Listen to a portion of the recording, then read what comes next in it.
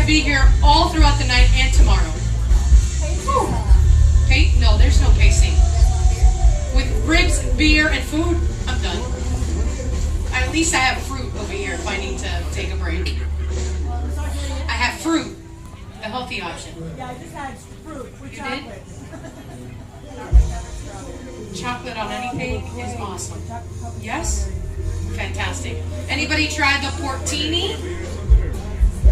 The portini, it's a cup about this big. It's got a layer of mashed potato, a layer of beans, a layer of pulled pork, and your straw is a rib. What the? Yeah. And then my leftovers for Thanksgiving, it's going to be a turtini. A layer of mashed potato, a layer of sweet potato, a layer of corn, shredded turkey, a little bit of cranberry. It's going to look beautiful. I'm coming to your house. The where? The beer. See what I mean? Then the beer comes along. Yeah, and the stuffing, you top it off with the stuffing like the topping of a parfait. But fried turkey. What? I gain weight just thinking about these things. That's a problem. Ready? All right. Welcome, everybody. Thank you so much for coming out today. You have what? Yeah, we're starting a little early. It's okay. It's okay. I want to eat all of the ceviche, just us. All right. My name is Chef M. I'm from Latin House Burger and Taco Bar. We're located in South Miami. This is a great event that you guys are at with the Rib Fest, and I thought what better way to start it off? Something light, refreshing. And so we're making a black tiger shrimp ceviche with using UFO, kind of going off of the craft beer vibe that we have now going on these days. We're trying to infuse beer into a lot of our cooking. We do pig wings, which are little pork shanks that we do in 8 hours, and I use a dark stout for that. And on the ceviche, I wanted to get something citrusy, and with the UFO, you have the orange peel. They use coriander. A lot of just really nice, vibrant, citrusy flavors and tones. I'll be pouring a couple of these so you guys can also at least get the scent of them. I didn't bring the cups, but probably will hand some out.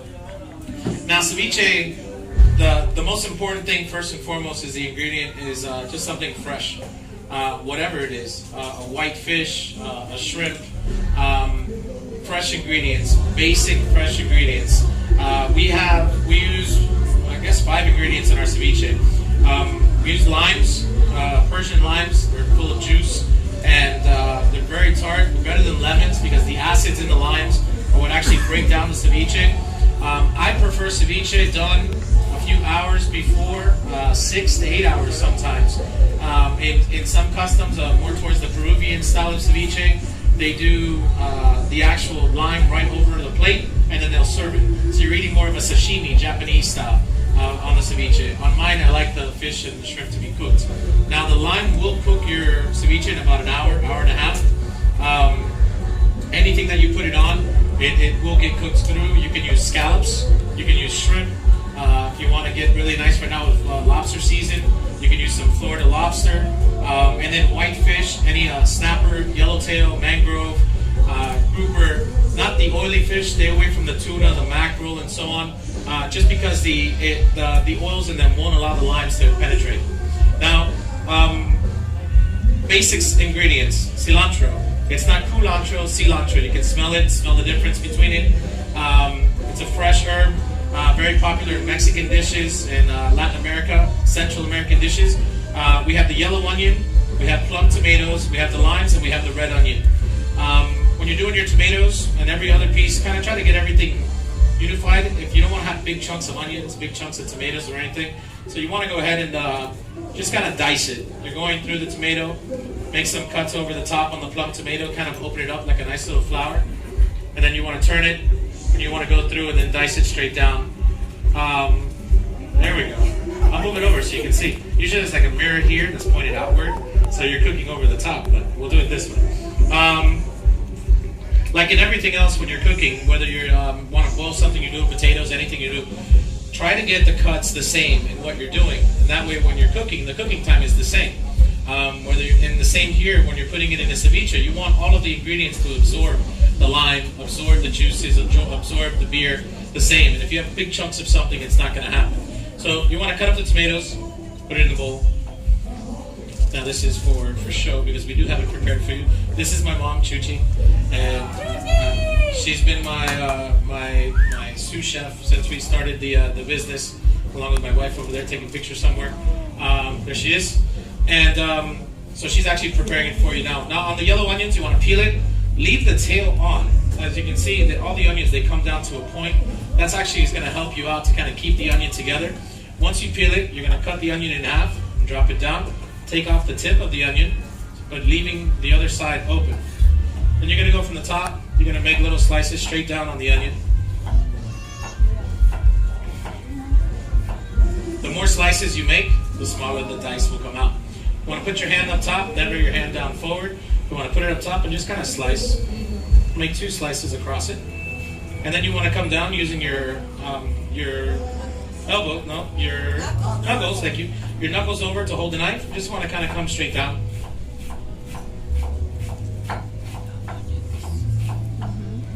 Get all the onions up.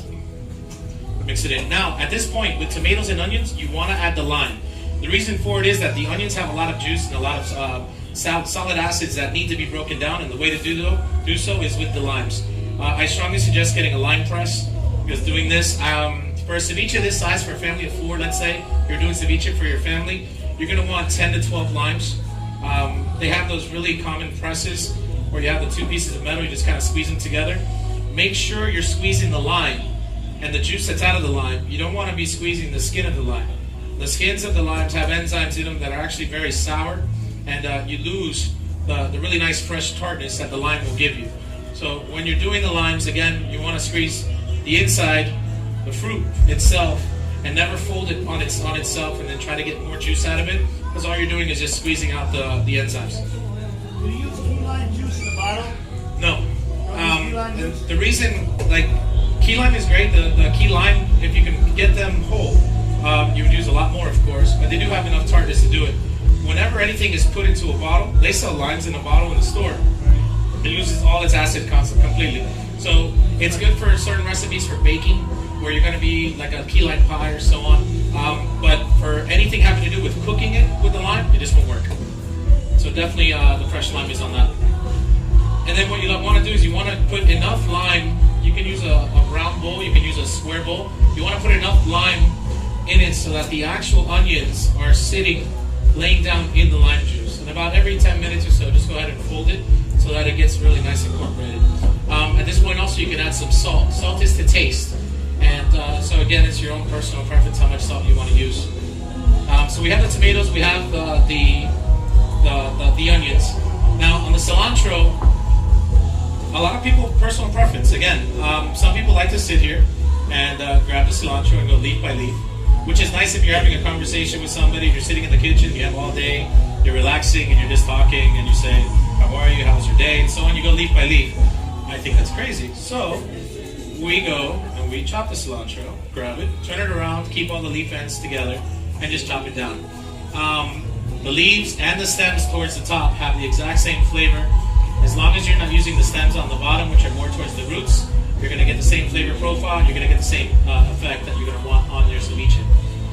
Now, I personally like the leaves, and so it's a rough chop. You don't want to sit there and break it all down. It also, as you'll notice, within 5 minutes of cutting cilantro, it bruises, and it starts to burn the edges of when you were cutting it. So the rougher the chop, the less dark it's going to get, the more green and the more vibrant and more flavorful it's going to be.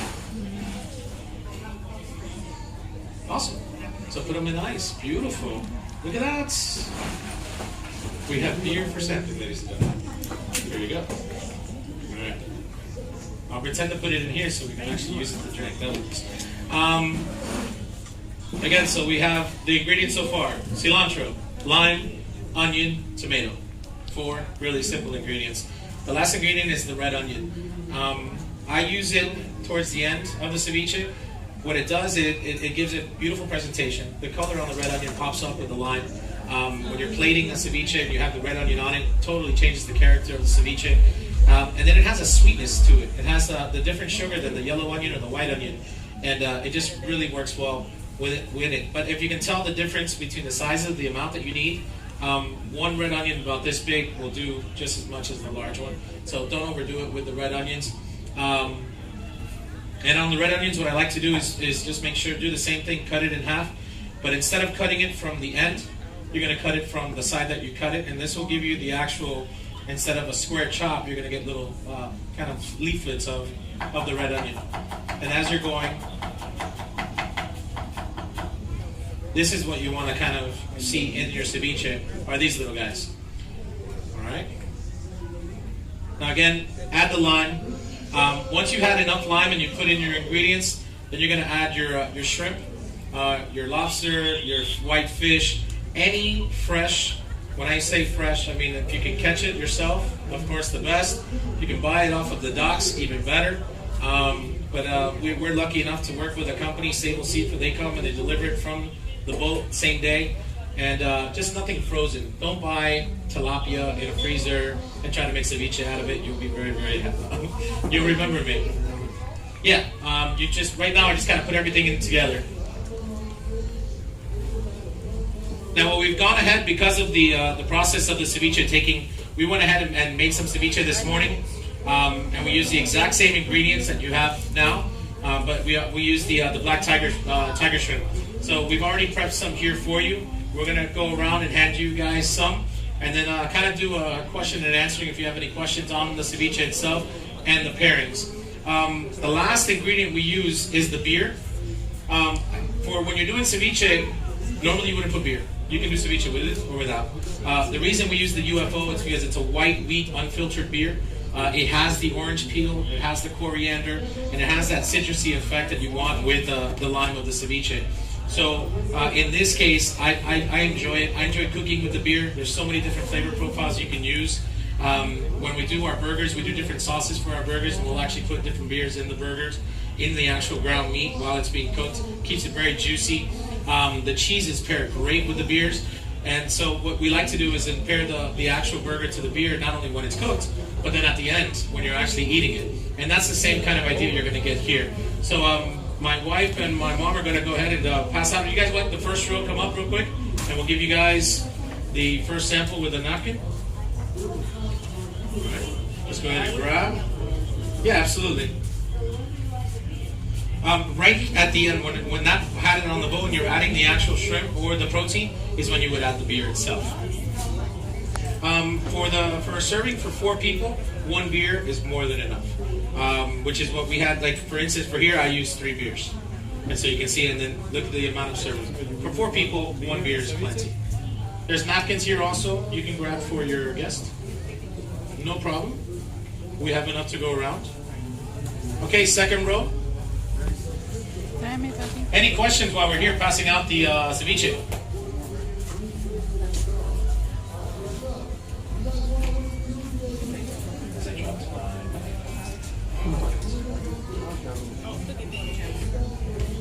Let it get cold a little, right? It's kind of warm. Yeah. My rule of thumb is when we make it, we serve it, and if it's not, it runs out.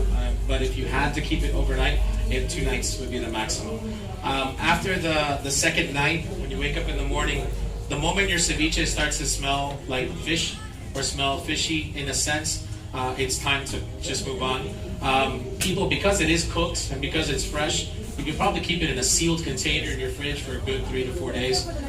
Absolutely. But for that punch of that freshness of what you want it to be, and if you're having guests over to impress guests and so on, that day or the next, that's it. Where's the heat coming from? We use, in this ceviche here, what we have is it's a yellow Peruvian pepper, which I didn't bring. I apologize for that, but it's kind of like a little secret that we put into it. It gives it a nice little kick without it being overpowering, but it really kind of in the back of you feel it in the back of the tongue. Yeah. Thank you so much. Thank you. Salt? No, absolutely. We don't. Actually, it's kind of weird. We don't use garlic in any of the ceviches. I use it for our vaca frita. We use it for our carne asada. And we use a sour orange as one of our, when we do marinades for our meats and so on. But we stay away from the garlic because of the burning factor, and it burns so quickly when we cook it. And on the raw side, I try to not use it, but I'm sure it would be wonderful. If you've had it before, maybe a small, like really nice paste and add it in there, I think it would give a nice little change to it. Again, that's the fun about cooking, is that, to me, I don't follow a cookbook. I don't follow a recipe. It's what's in your heart, it's what's in your stomach, it's what you like. When you watch the cooking shows and when you go to restaurants and so on, all that is somebody doing their interpretation of what they feel is going to be good for them. And then hopefully others like it. So now when you're baking, my sister's the baker's side of us. There you have to follow directions, and you need to be exact, half a cup and a quarter cup, and this. That's why I hate baking. But when you're cooking, it's what feels right. So if you want to add garlic, add garlic. If you want to add Tabasco, add Tabasco. If you want to add red peppers instead of the yellow peppers, go ahead and do so. I find that the tomatoes, for instance, we love using plum tomatoes just because of the low water content. You're not getting a lot of that fruit that's inside with the larger tomatoes, so it just works really well. The red onion for the sugars, you can use the Spanish onion instead of the yellow. That would work just fine also. I wouldn't use, for the cilantro, I wouldn't substitute that. I would definitely keep the cilantro. It's very affordable, 99 cents in the bunchel at most farmers markets.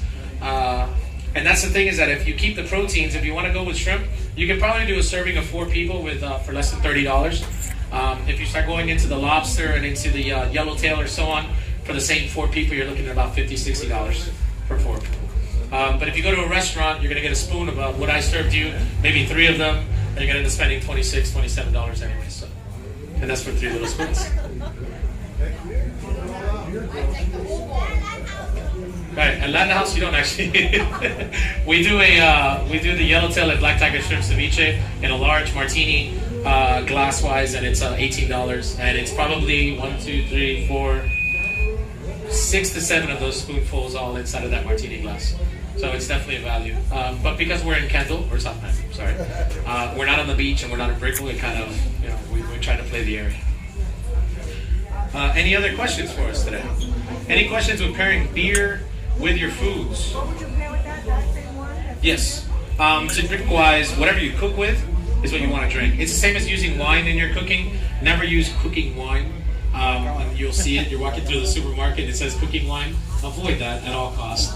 Cook with what you drink. And that day, if you're doing lamb, you're doing steaks, you're doing meat, whatever it may be, drink the actual beer or wine that you're actually cooking with. And that's really going to bring out the flavors of the food. All right, we're going to be opening up some of the UFOs so you can get a little bit of the taste.